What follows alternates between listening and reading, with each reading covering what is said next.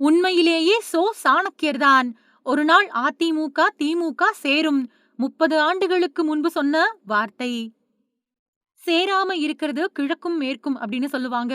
அப்படி தமிழக அரசியல்ல எதிரெதிர் துருவங்களா இருந்த திமுகவும், அதிமுகவும் கூட்டணி அமைக்க தயாரா இருந்துச்சு அப்படிங்கிற தகவல் தமிழக அரசியல்ல பெரும் புயல கிளப்பியிருக்கு. நடக்கவே நடக்காது அப்படின்னு எதிர்பார்த்த ஒண்ணு நடக்கிறதுக்கான சாத்தியக்கூறுகள் தென்பட்டிருக்கு. இந்த நிலையில திமுகவும், அதிமுகவும் ஒரு காலத்துல கூட்டணி அமைக்கும் அப்படின்னு துக்ளக் ஆசிரியரும், அரசியல் நிபுணருமான ராமசாமி சொன்னது இப்போ சமூக வலைதளங்கள்ல அதிகமா பகிரப்பட்டு வருது. 2026 தேர்தல யாருமே அவ்ளோ ஈஸியா மறந்துட மாட்டாங்க.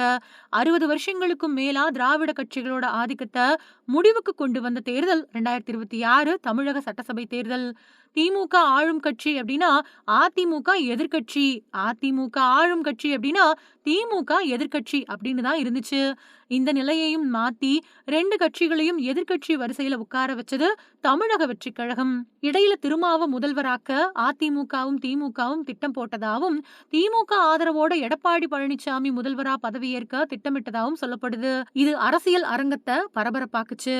50 வருஷங்களுக்கும் மேலா பரம எதிரிகளா இருந்த திமுகவும் அதிமுகவும் தமிழக வெற்றிக் கழகத்தோட ஆட்சியை தடுக்க கூட்டணி அமைக்க முயற்சி பண்ணதா சொல்லப்பட்டது. தேர்தல் பிரச்சாரத்தப்போ அதிமுகவை அடிமை கட்சி அப்படின்னும், திமுகவை தீய சக்தி அப்படின்னும் முழங்கின ஸ்டாலினும் எடப்பாடி தேர்தலுக்கு பின்னாடி ஒருங்கிணைந்தாங்க அப்படிங்கிற தகவலே தமிழக அரசியல உச்சபட்ச கொதிநிலைக்கு கொண்டு போச்சு.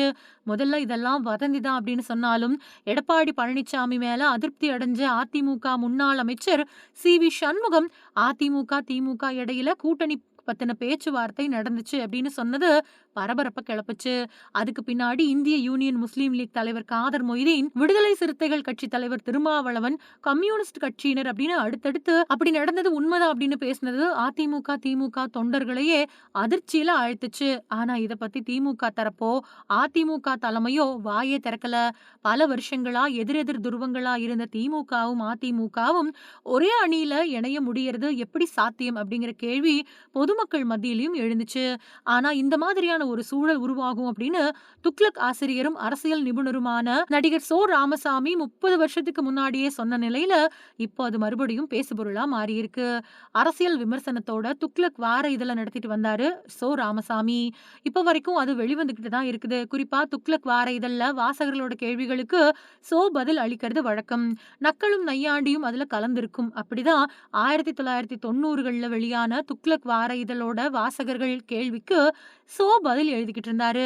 அப்ப திமுகவும் அதிமுகவும் எதிர்காலத்துல கூட்டணி அமைப்பாங்களா அப்படின்னு ஒரு வாசகர் கேள்வி எழுப்பியிருந்தாரு.